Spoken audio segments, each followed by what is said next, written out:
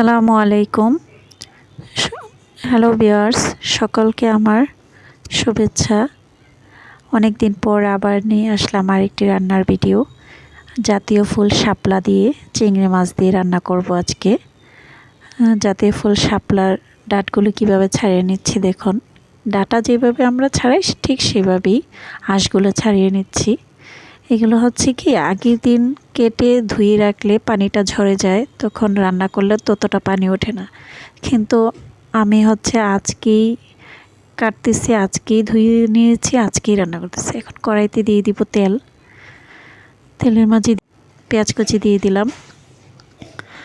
পেঁয়াজ কুচিটা একটু হয়ে আসবে, একটু হয়ে আসলে হালকা কিছুক্ষণ হয়ে আসলে তারপর দিয়ে দিব পেঁয়াজ বাটা। 2 টেবিল চামচ পেঁয়াজ বাটা দিব।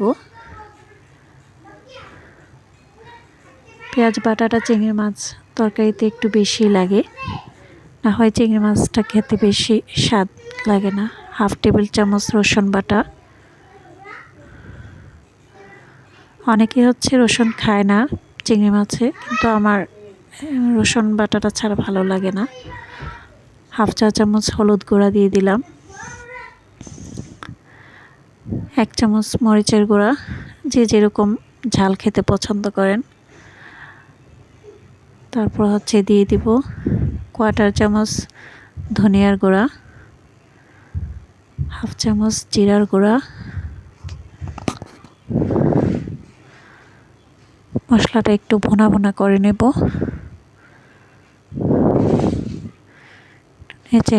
নেড়ে চেড়ে দিব যেন কড়াইতে না লেগে যায়, না পুড়ে যায়। একটু হয়ে আসছে, এখন দিয়ে দিব চিংড়ি মাছ। আমার কাছে বড় চিংড়ি মাছ ছিল না বিদায় ছোট চিংড়ি মাছ দিয়ে রান্না করতেছি।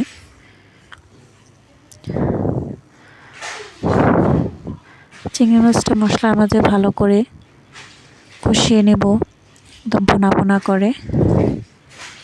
লবণ দিয়ে দিলাম স্বাদ মতো।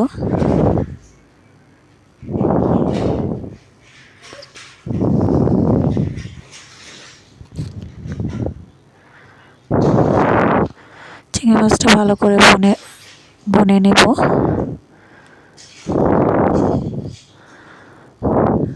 খেয়াল রাখতে হবে যেন কড়াইতে লেগে না যায়। একটু ঢাকনা দিয়ে দিলাম, ভালো করে মাছটা একটু ভিতরে মশলাটা ঢুকবে, মশলার গন্ধটাও চলে যাবে। ঢাকনা দিয়ে রান্না করলে মশলার গন্ধটা চলে যায়। এখন দিয়ে দিব শাপলাগুলো।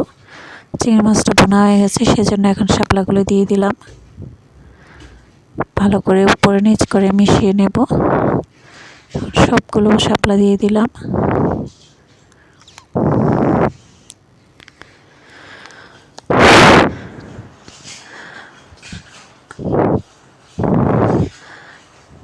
সবগুলো শাপলা দেওয়ার পর ভালো করে মিশিয়ে নেব মাছের সাথে, মশলার সাথে উপর নিচ করে ভালো করে মিশিয়ে নেব। ঢাকনা দিয়ে ঢেকে দেব যেন রান্নাটা একটু তাড়াতাড়ি হয়।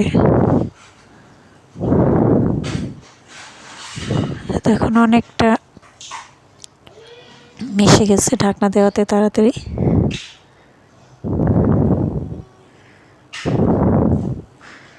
ভালো করে নেড়ে চেড়ে দিব, আবার ঢাকনাটা দিয়ে দিলাম।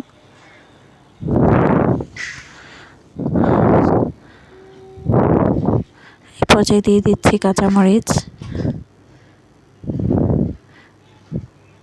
কাঁচামরিচটা ভালো করে মিশিয়ে নেব তরকারির সাথে। কেউ চাইলে ওঠানোর আগেও দিতে পারেন, যে শুধু একটু ফ্লেভারের জন্য দিবেন, ঝালটা যেন না বের হয়। তো আমি কিছুক্ষণ আগেই দিলাম।